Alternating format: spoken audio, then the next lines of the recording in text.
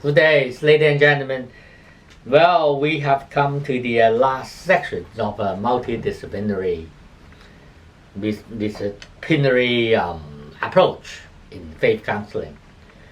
We have gone through all the other disciplines and which shed light on the insights, how they can be applied in faith counseling and understanding faith counseling, as well as the interpreting the faith counseling content as well as the technique. Today we come to another angle, to understand faith counseling by referring to another discipline which is called social science.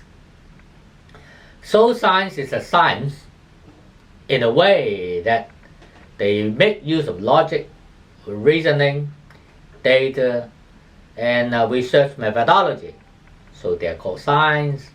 However, they are not pure science, applied science, because they are social science in a way that they don't have experiment. Reason why? Because social science deal with people, and with a sense of humanity, we can't make use of people for doing experiments. We can't use them as a subject for experiment. So social science is a little bit different from science. However, they follow the basic mindset and they make use of some skill sets of science so that they can understand the phenomenon, the people involved better, instead of simply making guesswork, right? So in faith counseling and faith technique, sometimes you think that, well, you may have some doubts about some of the sifu, right? Telling you, well, if you approach east, then your wealth will get better. If you live in the south, then it's suitable for you, and you can do some better. You can do some better work, and then you can become more healthier than before. However, if you ask him why is that so, I'm afraid the answer is only because my sifu tell me, my master tell me, so that I can now tell you. Or in the finest case, they can tell you it's because the information or the ideas come from the book, or come from some classics. That's it. Okay. So it's good. It's fortunate to have people going through the classics and having some basic fundamental concept ideas about faith counseling.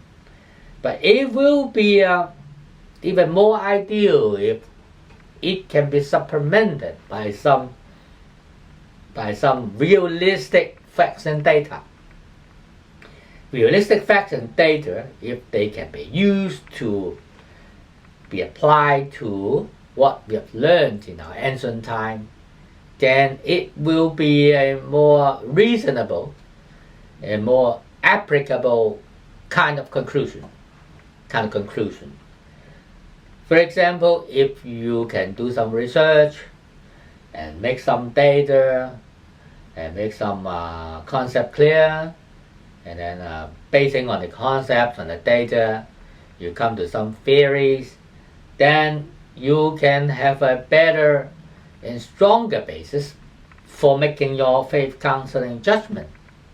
Because whenever you're doing faith counseling, you are doing two things. One is you interpret, you understand, interpret it, analyze it, organize it, and then make a conclusion which have some power of foreseeability.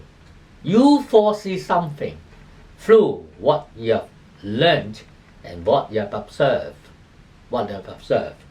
So social science is the kind of dealing with this kind of research, and they call it what? They call it empirical research. Empirical research. So whenever some judgment are made, then you may refer to first theoretical validity, which means you go to some classics to show to some well-published materials, then theoretically they are valid. Secondly, you test them through some real facts and data observed. If they can still stand it, then you call them the empirically valid.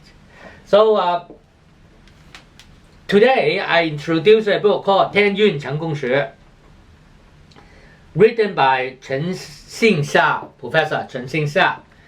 Inside the book, they will discuss with you whether faith counseling is a social science and what's the difference between faith counseling and social science.